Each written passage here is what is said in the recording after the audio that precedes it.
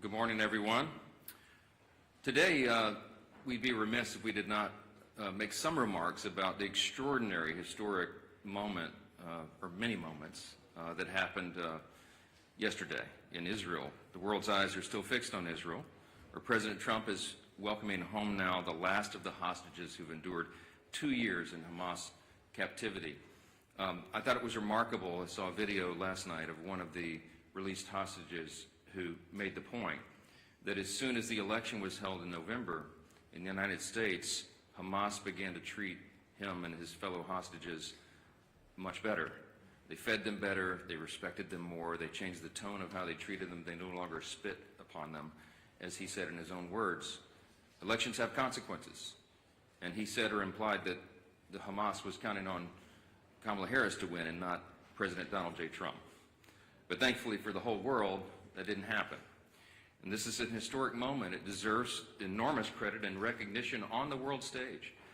It's truly, truly historic. For generations, we have aspired to peace in the Middle East, everyone around the world, and now President Trump has delivered it. I'm going to make an announcement today. It's the announcement in the U.S. that was made in the Knesset yesterday. I'm proud to tell you that together with my friend Speaker Ohana of the Israeli Knesset, the equivalent of our Congress, we're going to embark upon a project together to rally speakers and presidents of parliaments around the world so that we will jointly nominate President Donald J. Trump for next year's Nobel Peace Prize. No one has ever deserved that prize more, and that is an objective fact. As Speaker Ohana said before the Knesset yesterday, quote, "Whoever saves one life, it is though he has saved an entire world." That's what some of the rabbis there would say, some of the sages he noted would say. It's an indisputable fact that no president has undertaken the work of saving lives and pursuing peace with such determination and with such remarkable success as President Trump.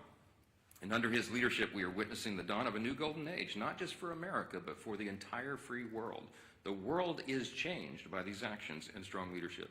American strength is good for free people around the world, as we say always, and peace through strength is maintained. There will be more to share on this in the weeks ahead, but today marks the start of this effort that we'll embark upon together, this joint parliamentary project, and I'm honored to do it alongside our ally and my counterpart in Israel in leading that effort. Welcome to day 14 of the Democrat government shutdown. It's 2 weeks of Democrats in Congress inflicting untold pain on the American people for nothing other than pure politics, as we've explained at this podium every day of the shutdown. Today, Senate Democrats will have their 8th chance to end this mess by passing our clean, nonpartisan continuing resolution, the government funding bill that would end all of this immediately. Over 3 weeks ago, the House passed that bill, and you all know the details of it. It is completely clean. There are no policy changes, no partisan riders, no gimmicks or tricks at all. All it does is keep the lights on at the current funding levels for a few extra weeks while we complete the normal appropriations process. Now compare that to the Democrats' counterproposal. They're demanding $1.5 trillion in new spending paid for by American taxpayers. And I want you to be specific. I want us to be specific. I want you to know what that counterproposal includes, because we've not yet gone into all the details of it, because it's large and very absurd. But here's some of the highlights of this. It would reverse common sense reforms that Republicans made in the Working Families Tax Cut that keep illegal aliens off taxpayer-funded health care. This is a fact. Page 57, section 2141 of their counterproposal, as we've been posting everywhere. And it would, they would add the illegal aliens, non-citizens, back to taxpayer-funded benefits. It would cost taxpayers nearly $200 billion. They would also remove a very reasonable and modest work requirement that we put on able-bodied young men with no dependents. As we've said, they should not be riding the wagon and taking Medicaid. That is intended for vulnerable populations, the elderly, disabled, and young pregnant women, for example, and not young able-bodied men without dependents who are playing video games. We put that into the law because it's common sense. Their counterproposal would reverse that. So taxpayers would be funding them again. They would make in their counterproposal permanent COVID-era Obamacare subsidies without any income caps or any other reforms at all. They would make that permanent. That would cost taxpayers an estimated $358 billion. They would take away the $50 billion that we put into the law to support rural hospitals. They would remove that. And they would send $500 million to liberal news outlets by refunding the Corporation for Public Broadcasting. It would also restore up to $5 billion of American taxpayer funds for wasteful spending for international projects. Here's a couple of examples. This is in their legislation, their counterproposal on the CR to keep the lights open. This is what they want to do. They want to spend $24.6 million of your hard-earned dollars as a taxpayer for climate resilience in Honduras. They want to spend $13.4 million for civic engagement in Zimbabwe. They want to send $3.9 million for LGBTQI+ democracy grants in the Western Balkans. They want to spend $2.9 million of your dollars for desert locust risk reduction in the Horn of Africa. And $2 million for, quote, organizing for feminist democratic principles in Africa. We are not doing that. These are unserious proposals from unserious people, and they are playing games while real Americans are being harmed adversely by the shutdown. Yesterday, I read you an excerpt from President Obama's speech during the 2013 shutdown when he advocated for a clean CR to reopen the government and resume negotiations. It sounded very familiar. Democrats cheered him on back then, including Chuck Schumer. He himself said some Republicans' refusal to support a clean CR back then was, quote, the politics of idiocy. Take him at his word. So yesterday we decided to do a little count of the number of times that Chuck Schumer has supported continuing resolutions just since he became the leader of the Democrats in the Senate in 2017.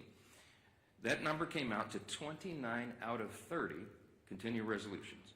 That's how many times he wholeheartedly, enthusiastically supported CRs enacted into law. That's a 97% support rate.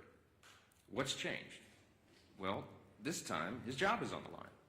And we've explained this very clearly because everybody can see the obvious political motivation here behind his decision to shut the government down right now.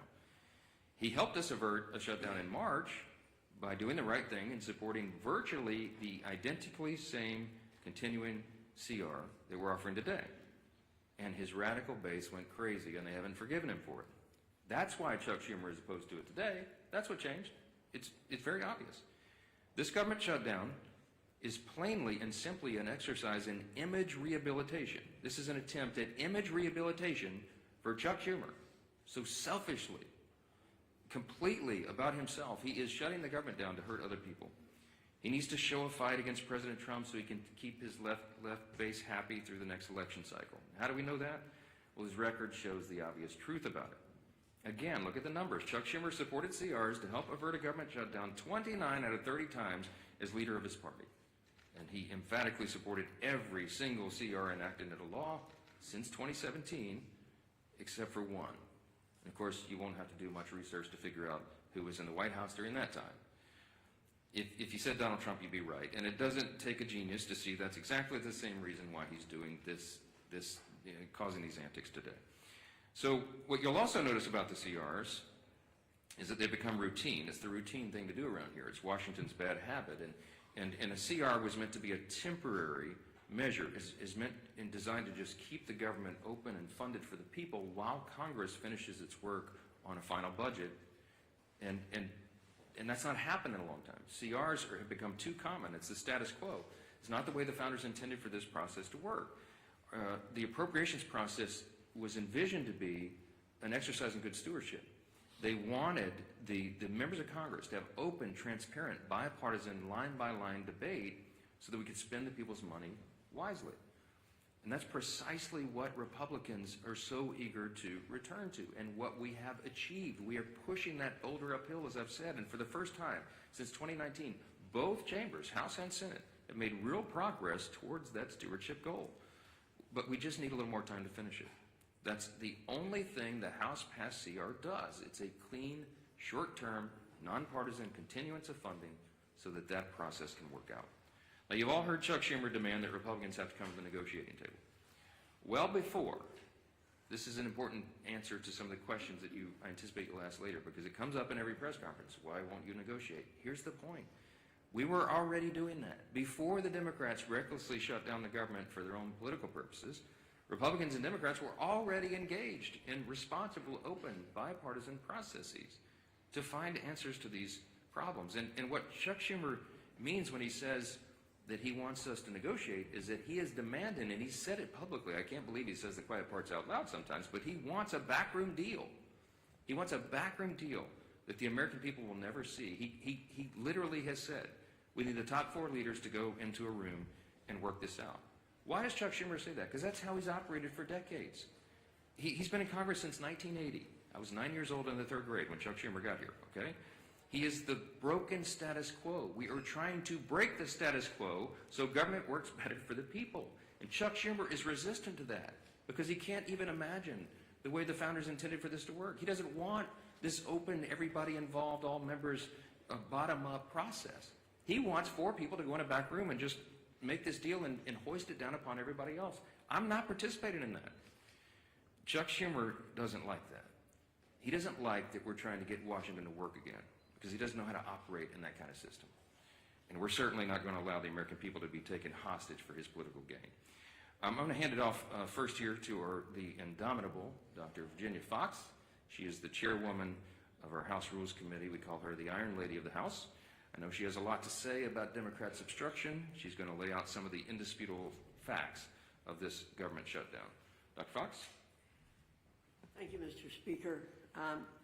Thanks for your continued work in calling attention to the facts. You remain consistent and concise in explaining to the American people that the Democrats have shut down the government. And thank you to the members of our leadership team and members of the entire conference who've been equally as vocal and engaged. I've listened to the arguments the Democrats have been making since they shut down the government, and I cannot help but shake my head in utter disgust every time. They continue to lie like a rug. They're trying desperately to change the conversation and deflect because they know they're in the wrong and they've dug themselves into a deep, deep hole. We've now entered day 14 of their government shutdown, and as the days go on, more Americans are feeling the pain. Make no mistake about it, this is real pain being inflicted upon real people. Today, 400,000 federal workers will receive partial paychecks. The Speaker called attention to this last week. This will be the last paycheck that these federal workers receive until Democrats grow a spine and reopen the federal government. Meanwhile, you have Chuck Schumer in the Senate who said in a recent interview, quote, "Every day gets better for us," end quote. His statement is as callous as it is tone deaf, and it reveals to everyone how the Democrats continue to use hardworking Americans as pawns in their own grotesque political game. I'll close with a quick observation. As the Speaker said previously, there's a real split screen here in Washington that the American people are watching. While Republicans are the ones who have voted and are continuing to vote to reopen the government, Democrats have treated their own shutdown as one big attention-getting activity. They've taken shutdown selfies, posted weird videos of themselves doing everything except working, and they even hosted a live stream that failed to gain any traction whatsoever. How embarrassing. These are not serious people. They continue to play a dangerous game with the livelihoods of Americans. And contrary to what Democrats believe, every day of this shutdown does not get any better for the American people. That's a stone cold fact. Thank you, Mr. Speaker. Well, thank you, Chair Fox. And as the Speaker talked about, a lot of people say, why have the Democrats continued this charade of shutting down the government and inflicting pain, real pain, on millions of families across America. And the Speaker laid it out real clear. Chuck Schumer filed an alternative bill weeks ago of his list of demands, literally a list of demands that he said have to be met before he releases the American people from this torrential pain he's inflicting. And it includes $1.5 trillion of new spending on far-left wish lists. Things like, yes, taxpayer-funded health care for illegals. It's in Chuck Schumer's bill. He guts rural hospitals, all as part of his demand to open up the government. It's not only not serious, it's also destructive. It's something that would actually hurt this country. And why? All so that he can show the radicals and the far left of his party that he's fighting Donald Trump. Everybody knows that's what this is about. Chuck Schumer is scared to death for his political future. He is way more concerned about his political job than he is about the jobs of millions of American families. And it's having a real impact on those families. Today, as has been pointed out, day 14 of the government shutdown that Chuck Schumer imposed on the country, and it is the day where checks would normally be starting to be processed for all of the government workers, many of whom will not get a paycheck because of Chuck Schumer's shutdown. You're already starting to see flight delays, families trying to go visit a relative, maybe go see one of their family members get married, go on a family vacation. They're not able to do that because of Chuck Schumer's shutdown. Our men and women in uniform at risk of losing their pay. And I will credit Donald Trump for a lot of things, but if you look, President Trump has not sat by and just waited for Chuck Schumer to get over his tantrum. President Trump has continued to do his job for the American people. And thank God, because the world is a safer place with President Trump at the helm. We saw that yesterday. What an historic day. And again, a real contrast to the temper tantrum that Chuck Schumer's having to appease the most radical elements of the far left base here in America. President Trump traveled to Israel, traveled to Egypt to sign historic peace accords, to oversee the release of hostages. Finally, all of the living hostages returned home to their loved ones after more than 2 years since the October 7th attack by Hamas. And one of the hostages, I think it's really important to hear this, because when you talk about real leadership, not just here in America, and the leadership that President Trump has provided to our country, but what that leadership means to the world, not only to our allies, but to the bad guys around the world. And yes, there are really bad people around the world. One of the former hostages who was released yesterday, Omar Shem Tov, credited President Trump with getting the hostages home. And he said, Hamas, quote, was very scared of Trump. They wanted Kamala to be elected. As soon as Donald Trump was elected, they understood that he wanted to bring us back home. So immediately, the way they treated me changed. That was a direct quote from one of the hostages who was released yesterday. You can see that leadership by President Trump on the world stage. And just such an historic day, a day where people were literally dancing in the streets in Middle Eastern countries. Peace in the Middle East. It used to be a platitude that for decades seemed to be a mirage in the desert. And yesterday it became a reality because Donald Trump said he was going to do something that nobody else thought could be done, but he knew it had to be done. And he made it happen and gave so much closure, important closure to those families, brought their loved ones back home, but told the bad guys that you're on alert. It's a new day in the world. You've seen all countries come together to see that moment in Egypt where countries from all around the world stood up to terror and said, we're going to restore peace in the Middle East. We're all going to be a part of it. And there's only one man that brought that together, and it was Donald Trump. Even during a time where the contrast of Chuck Schumer throwing a temper tantrum here at home just to appease the most radical elements of his base, so that on the 18th, when they have the Hate America rally that everybody knows is coming, and that everybody knows Chuck Schumer needs to deliver a shutdown government to them to appease them. Well, how about you think about us? How about you think about those families who are struggling today because of Chuck Schumer's shutdown? There are real consequences to what Chuck Schumer is doing.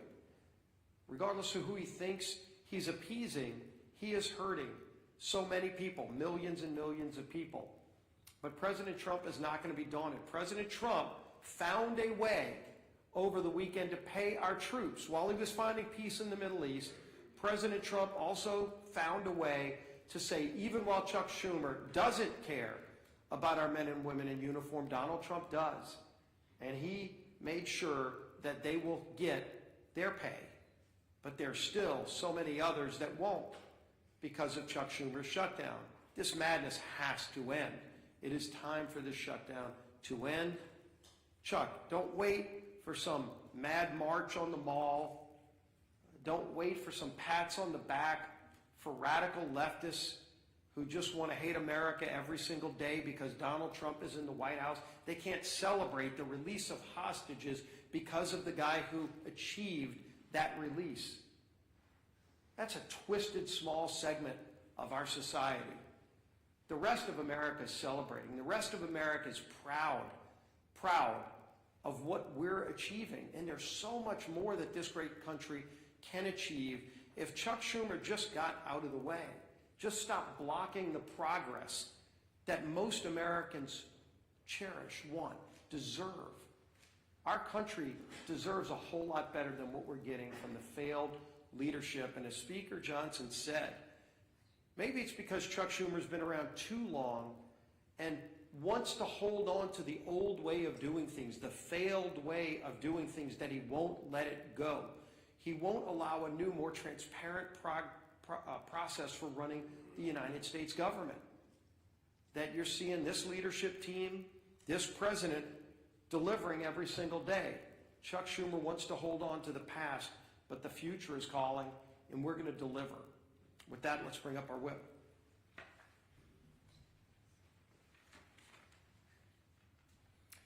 As the Speaker noted, today should be a day of celebration. President Trump achieved a historic peace deal in the Middle East.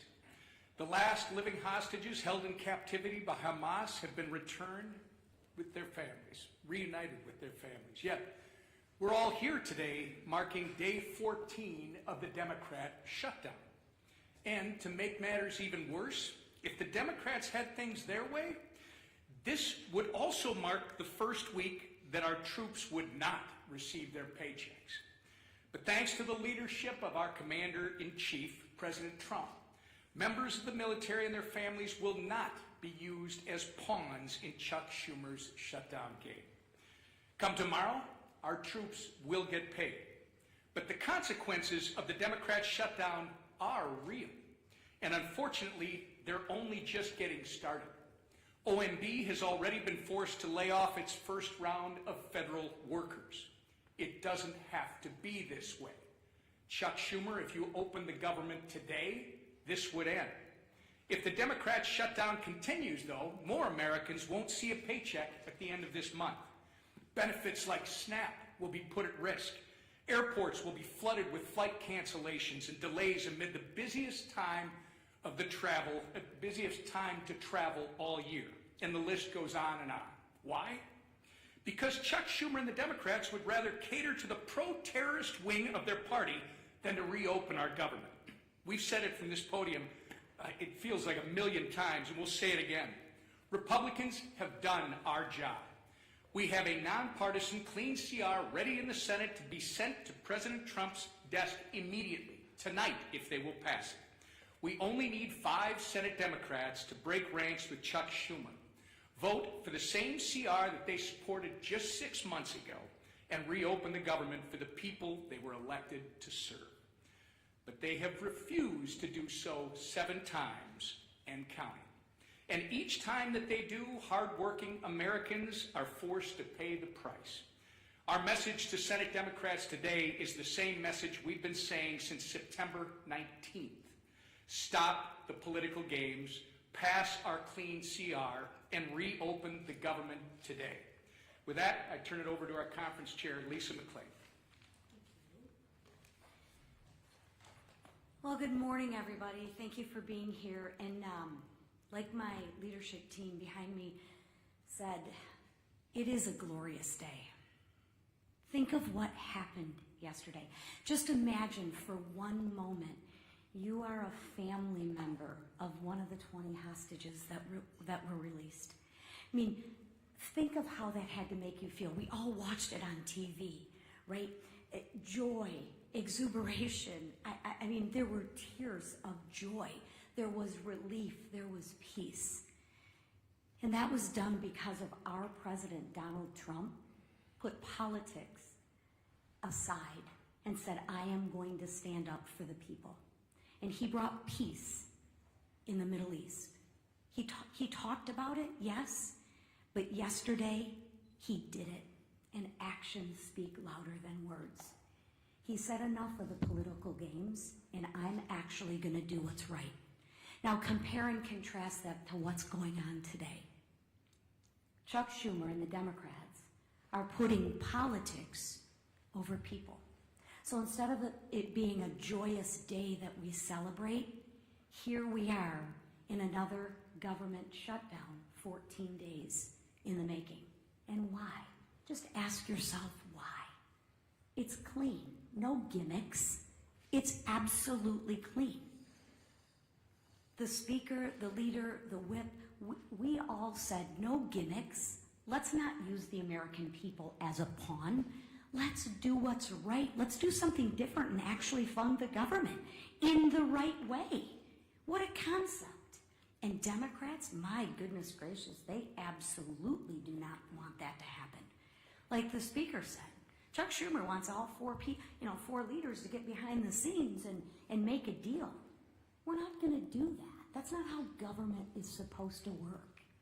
And I know I sound like a broken record, but the way to end this shutdown is really, really simple. Pass the bipartisan clean funding bill that the House approved weeks ago. The Republicans voted to keep the government open. Call your Democratic senators. They're voting to keep it shut, not us. So when you ask what negotiation, there's nothing to negotiate. We already passed, we said yes, right? Democrats won't do it. They'd rather please their radical base than put America first. Listen, I'm grateful to President Trump for finding a way to keep milk flowing to moms and babies through the WIC and paychecks going to our troops. Yes, I'm happy, but that's not going to last forever. Right? So there again, he's even putting people over politics. I mean, come on. But let's be clear. These emergency measures can't fully fix the Democrats' damage. He can try, but at some point in time, they're going to end. Sadly, as Americans suffer, Democrats, what do? They celebrate. As workers worry about their paycheck, Bernie Sanders worries about his leverage.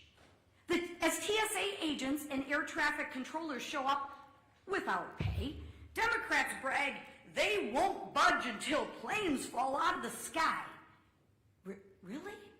Really? Seriously. That's the Democrats' motto. I'm not budging till planes fall out of the sky. I'm going to teach you women, you women and children and everybody a lesson. Really? Really?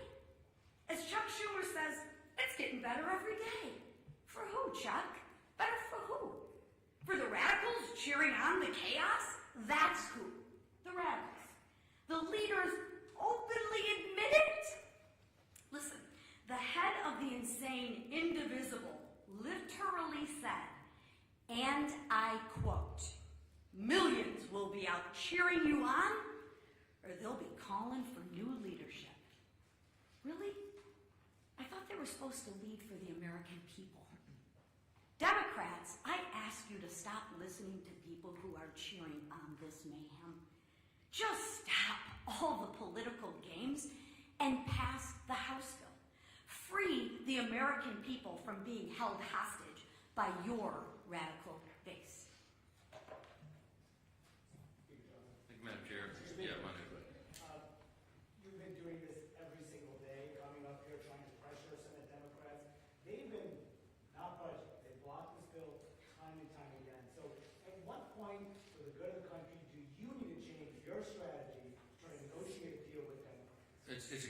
question, Manu asks, why don't I change my strategy?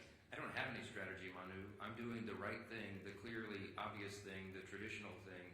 That's exactly what Chuck Schumer voted for in March of this year and gave impassioned speeches was the right and only thing. I don't have anything to negotiate. I'll say this again to everyone here. We did not load up the temporary funding bill with any Republican priorities or partisan priorities at all. I don't have anything that I can take off of that document to make it more palatable for them. So all I am able to do is come to this microphone every day, look right into the camera and plead with the American people, as Chairwoman McClain said, to call your Senate Democrats and ask them to do the right thing. We're not playing games. They're playing a game. We're not. The strategy is to do the right and obvious thing and keep the government moving for the people. Why don't we close to their position? Their position is this, Manu. Their position is they want to spend $1.5 trillion in your tax dollars to fund nonsense overseas. They want to give $200 billion to illegal aliens. We are not going to do that. We're not going to do it. The American people don't want us to do it. And they're using this for partisan political purposes to give themselves cover. They don't want the Marxists to kick. Chuck Schumer doesn't want to get a Marxist candidate challenge, AOC or someone else. Mamdani is probably going to be sadly, shockingly, the mayor of New York City. Marxism is on the rise. Hey, this is not your father's Democratic Party, everybody, okay? They're turning into communists, openly. And so Chuck Schumer does not fashion himself as a communist just yet. So he's got to show a fight to these people. That's what this is about. I'm not playing his game, Manu. I cannot go in and say, oh, gee, Chuck, what can I offer you? You know what? Maybe we'll just send $10 billion overseas to LGBTQ plus, initiatives in, the Horn of Africa or Malaysia or wherever you want to do that. No, we're not wasting taxpayers' dollars. Check. Mr. Speaker, good morning. Thank you. You said last week that you would swear in Adelita Grijalva whenever she wants. She's written a letter to your office. You've not sworn her in. I understand about pro forma sessions. Yes. Doesn't your resistance to not swear her in add fuel to the fire that this is about the Epstein files? No. Let's talk about Grijalva and Epstein. Okay. Once more for everybody. Everybody in Congress, I think, is for maximum transparency of the Epstein files. That is underway right now. Let me point out before I go further, all of the files were in the possession of the Biden-Harris Department of Justice for 4 years. Every single thing that we're talking about right now was in their sole possession. They could have released it. They could have done anything. Ro Khanna, all the Democrats who are jumping up and down making noise about this, didn't say a peep about it for 4 years. I don't know why, but this is another partisan manufactured thing. Is it a serious problem? Yes. I have sat with the victims, some of the ladies who bravely have come forward and talked about the horrors that they sustained because of traffickers on Epstein Island and all the things he was involved in. Everybody involved in that should have the full weight of justice descend upon their head. And we're all for that. We want every single person who had anything to do with that to be exposed. But there's as many as 1,000 victims estimated. That's what the victims say. There may be 1,000 women who were made to suffer these unspeakable harms because of this. Many of them were underage at the time. They have not all chosen to come forward like some of these other brave women have for obvious reasons. And we have to make sure that when the files are released, their names are redacted so they don't suffer further harm. We have a duty and a responsibility. You can't just wave a wand and just, open the floodgates. You have to make sure that the victims don't suffer additional harms. That's all we've said. Let's make sure it's done the right way. That's underway, by the way. The House Oversight Committee asked the Democrats and Republicans on that committee who are working on that vigorously.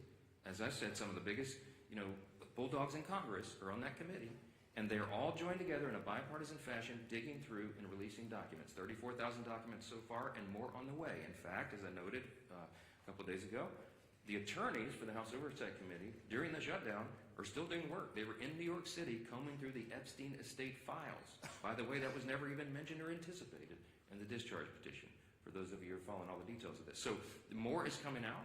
We're for all of it coming out as soon as possible. The only thing we want to make sure of is that the innocent victims are protected, and I think we have a responsibility to do that. With regard to Grijalva, our dear friend from Louisiana, Julia Aleppo, won a special election back in 2021. It was in March, as I remember. Speaker Pelosi took 25 days to administer the oath of office to her. Now, no Democrats, jumped up and down and screamed about that, nor do I recall any Republicans, because everybody understood this is the process of the House. You do it as soon as you're able to do it. Ms. Grijalva won her election, and credit to her. She's going to fill her father's seat. I congratulate her. We're happy for her to serve. I'm going to be happy to administer the oath to her as I am to every member who wins who is duly elected to this body. It's a great honor. But she won her election after the House was out of session. So we've not had a full session. She deserves to have all the pomp and circumstance that everybody else does. She deserves to have a full House of members and go down and do the speech and have her family and friends in the balcony. That hasn't been scheduled because we haven't had that session yet. As soon as Chuck Schumer opens the government, as soon as Mark Kelly and Senator Gallegos, the two senators from Arizona, Ms. Grijalva's state, will go and join with 3 others and open the government, we're happy. We'll have that as soon as we get back to business. But we have to get back to business. They have to open the government. I don't know how else I can answer that question. Yes, sir. Ahead of some of the planned protests activity this weekend, and in light of some of the images we've seen out of Chicago of federal agents shooting faith leaders with pepper balls and arresting journalists, where's the limit for you on what's acceptable conduct for federal law enforcement, and when is it incumbent on Congress to step up and demand oversight? To demand oversight on federal law enforcement? Well, I've not seen them cross the line yet, and that we have committees that are jurisdiction who have that responsibility, but it's not risen to that level. What I've seen is the abuse of law enforcement by radical leftist activists. Most recently, the most threatening thing I've seen yet was the naked bicyclers in Portland who were protesting ICE down there. I mean, it's getting really ugly. They have attacked, physically assaulted officers. People have been arrested, okay? This is serious business. And ICE and the valiant, brave, patriotic Americans who step up to serve in these dangerous law enforcement positions deserve our respect and our support. And any elected member of this body should be vocally supporting law enforcement. You're supposed to be on the side of the good, not the crazy radicals. Look, I was a First Amendment lawyer. I understand. I was a religious liberty defense lawyer. I understand free speech. We vigorously protect the right to free speech, but you cannot assault law enforcement officers. And there is a line that has to be maintained. It's not risen to the level of Congress yet, but we're watching that closely. And the Republican Party stands for law enforcement. That's what we're going to be. Yes, sir. Yes, sir. What would you say to those who question the legality of the administration repurposing some of those funds to pay military members? Look, my understanding of this is they have every right to move the funds around, duly appropriated dollars from Congress to the Department of Defense. There were some R&D accounts that had not been spent, and that's my understanding is that's the money that's being used to pay the troops right now. If the Democrats want to go to court and challenge troops being paid, bring it, okay? I'm grateful for a commander-in-chief who understands the priorities of the country, the necessity of national defense, and the urgency that we all feel and have voted for 8 times. Republicans have voted in Congress 8 times now between House and Senate to fund the troops and pay federal workers in all these essential jobs and agencies because we understand